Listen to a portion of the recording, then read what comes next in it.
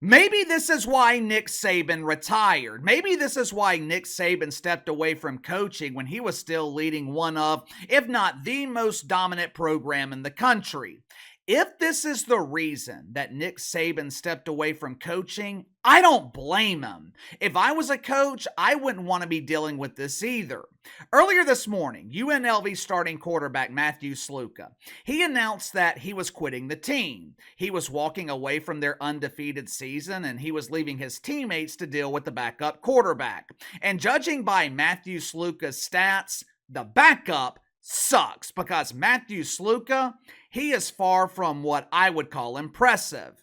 Now you're probably wondering, KC, why did he quit the team? Did he catch the COVID and honorably step away so he didn't infect his teammates?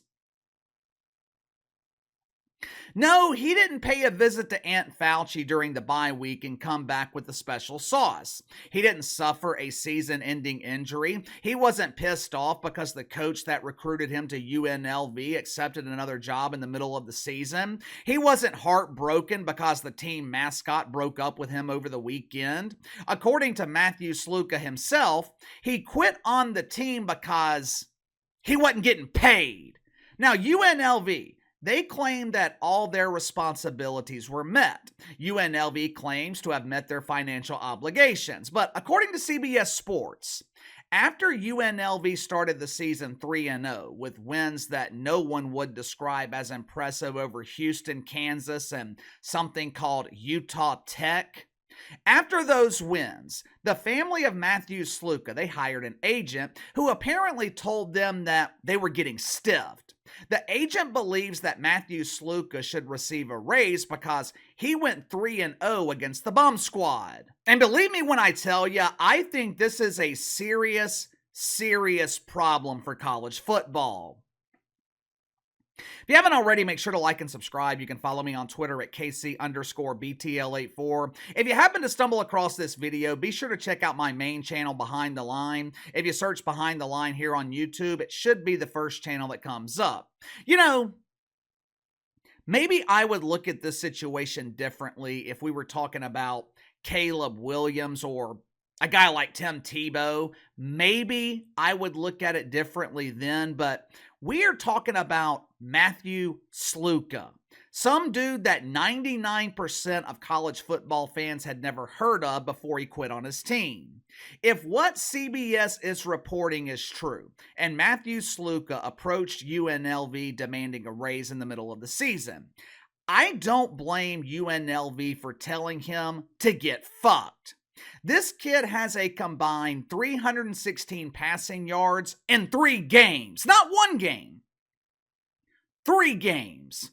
We're not talking about the second coming of Peyton Manning. We're not talking about the future Tom Brady. We're talking about a quarterback that is struggling to throw the ball against players that will only see an NFL field if they're cutting the grass.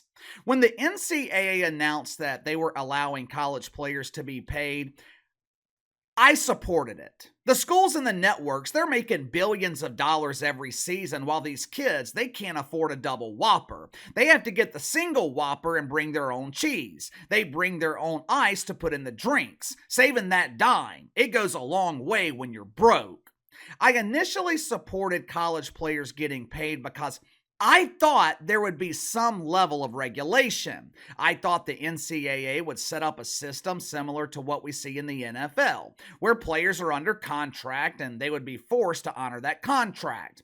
Instead, it seems to be complete anarchy. It's a free-for-all. Every offseason, hundreds of players are transferring to the program that's willing to pay them the most money. There's no longer any loyalty. There's no longer any pride in college football. It seems like greed has completely taken over.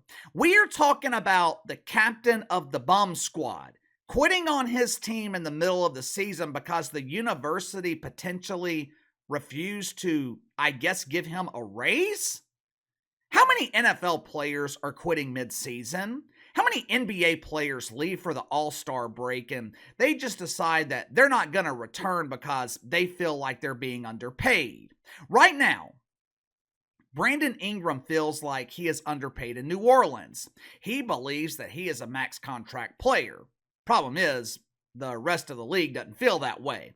But you know where Brandon Ingram is going to be here in about 2 weeks? He's going to be at training camp reporting to work. Even though I supported this initially, this story with Matthew Sluka, it is one of the problems that I saw with paying college players. The 5-star recruits, they were always going to get their money and they deserve it. But what do you do with the lower level players? What do you do with players who have no chance at playing at the professional level? How much do you pay them? Or do you pay them at all? This is why regulation is so important. This is why you need a salary cap. This is why you need a pay scale. This is why you need contracts. Otherwise, you run into situations where your starting quarterback is quitting in the middle of the season. According to Matthew Sluka, UNLV promised to pay him $100,000 if he transferred from Holy Cross. I believe he said that one of the assistant coaches promised him that. Now, according to UNLV, they never made that promise, and they only guaranteed him $3,000 a month through the season, which lasts about 4 months. Now, in Matthew Sluka's defense, if I were him and they promised to pay me $100,000 to transfer to UNLV, and once I got there, they refused to pay me, I would be pissed off too. I don't think I would be able to play for a program that stiffed me. But in all honesty, if UNLV was paying him $3,000 a month, that's about what he's worth. It's just a mess. It is an absolute mess. This entire NIL process has been a disaster. Conference realignments, teams losing players every offseason. This is not what I expected. You know what I think? You know what I think is going to eventually happen? Especially if something like this happens to a major program. Eventually, I think the top 50 or so programs in the country, they are going to come together and form their own league. 50 teams, maybe have 10 teams per division, set up the regular season and playoffs like the NFL, and those teams, they will play against each other every year to determine the championship. Well, KC, what would happen to all the other smaller programs?